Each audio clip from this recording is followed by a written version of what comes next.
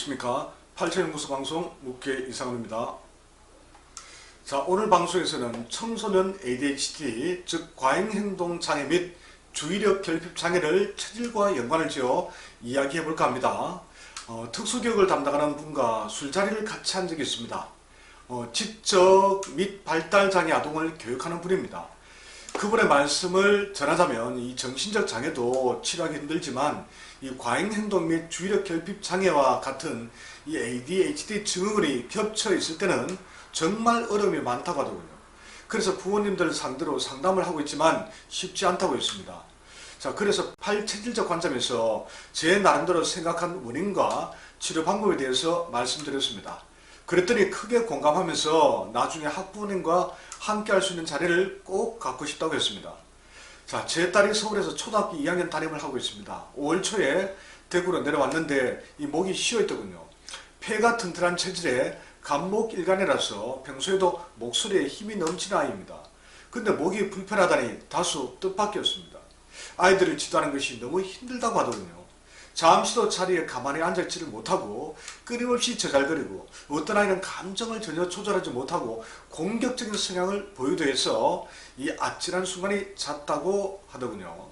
그래서 수시로 목소리를 높여 말을 하다가 보니 이 목이 상할 수밖에 없다고 했습니다. 가끔은 교육인지 보육인지 구분이 되지 않는다고 하면서요. 자, 교사 열정과 사명감이 높은 아이라서 힘들긴 해도 본인은 즐겁다고 했습니다. 하지만 같은 학교 나온 친구들은 통제 안 되는 아이들의 법정 최저월급에 갑질하는 부모님들 등살을 이기지 못해서 다른 길을 모색하고 있는 경우가 많다고 했습니다. 자, 이야기가 잠시 옆으로 흘렀습니다.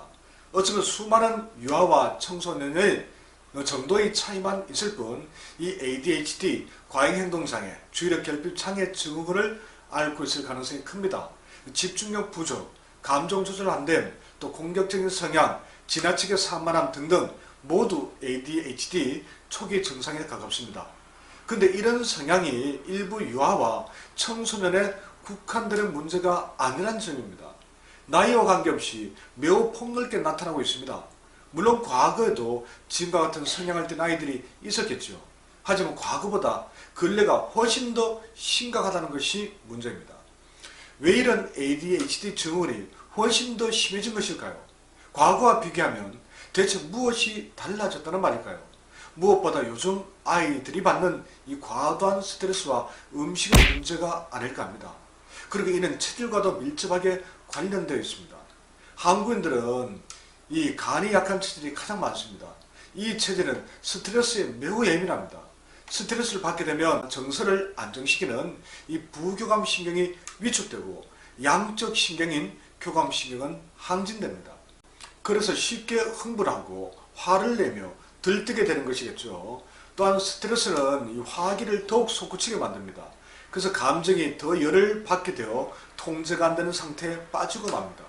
근데 스트레스는 왜 받는 걸까요?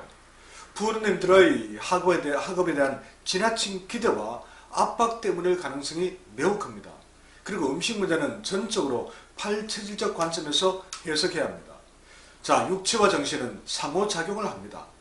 정크푸드 그리고 체질에 맞지 않는 음식이나 건강식품이 거듭해서 이 몸에 쌓이면 이 몸은 물론 이 정신도 병들 수밖에 없습니다.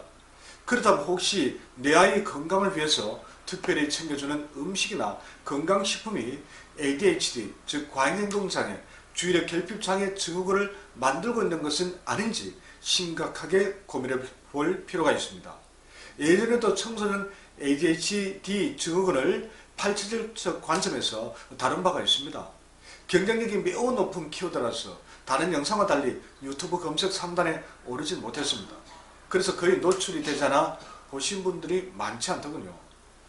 다시 말씀드리지만 어린이, 청소년, 성인 등 나이를 가리지 않고 이 ADHD 증후군을 겪고 있는 경우가 매우 많습니다. 그런데 현대의학으로는 그 원인이 명확하지 않을 뿐만 아니라 치료는 더욱 어렵습니다. 이처럼 원인 파악도 안 되는데 어찌 치료가 가능할 수 있겠습니까?